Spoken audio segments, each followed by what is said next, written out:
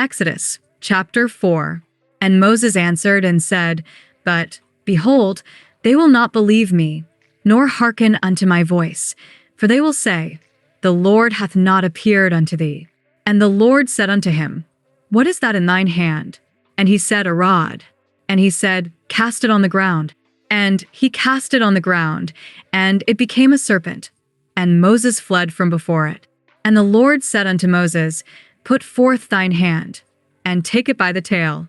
And he put forth his hand, and caught it, and it became a rod in his hand, that they may believe that the Lord God of their fathers, the God of Abraham, the God of Isaac, and the God of Jacob, hath appeared unto thee.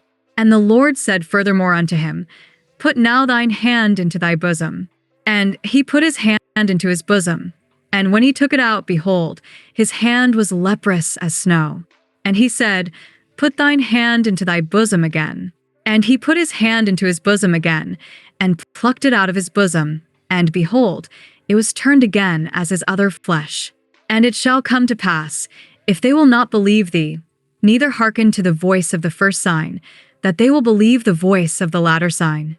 And it shall come to pass, if they will not believe also these two signs, neither hearken unto thy voice, that thou shalt take of the water of the river, and pour it upon the dry land, and the water which thou takest out of the river shall become blood upon the dry land. And Moses said unto the Lord, O my Lord, I am not eloquent, neither heretofore, nor since thou hast spoken unto thy servant, but I am slow of speech, and of a slow tongue. And the Lord said unto him, Who hath made man's mouth? Or who mocketh the dumb, or deaf, or the seeing, or the blind? Have not I the Lord?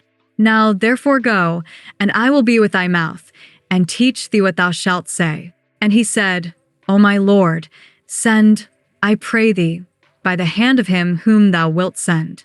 And the anger of the Lord was kindled against Moses, and he said, Is not Aaron the Levite thy brother? I know that he can speak well. And also, behold, he cometh forth to meet thee. And when he seeth thee, he will be glad in his heart. And thou shalt speak unto him, and put words in his mouth. And I will be with thy mouth, and with his mouth, and will teach you what ye shall do. And he shall be thy spokesman unto the people, and he shall be, even he shall be to thee instead of a mouth, and thou shalt be to him instead of God. And thou shalt take this rod in thine hand, wherewith thou shalt do signs.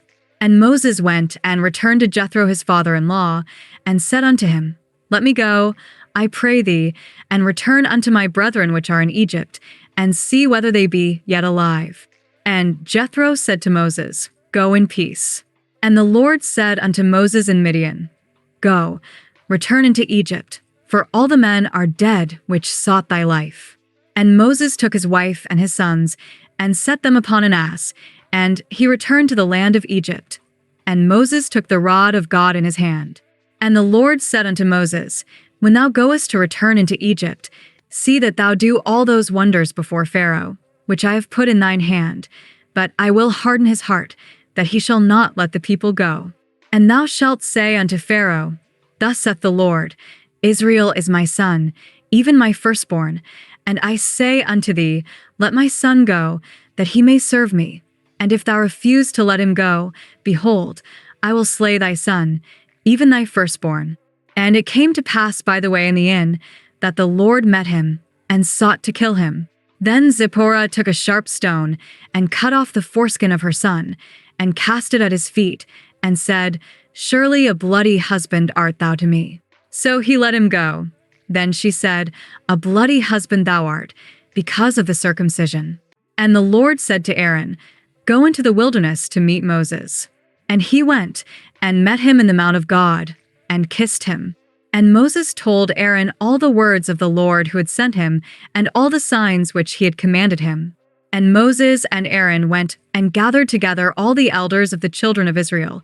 And Aaron spake all the words which the Lord had spoken unto Moses, and did the signs in the sight of the people.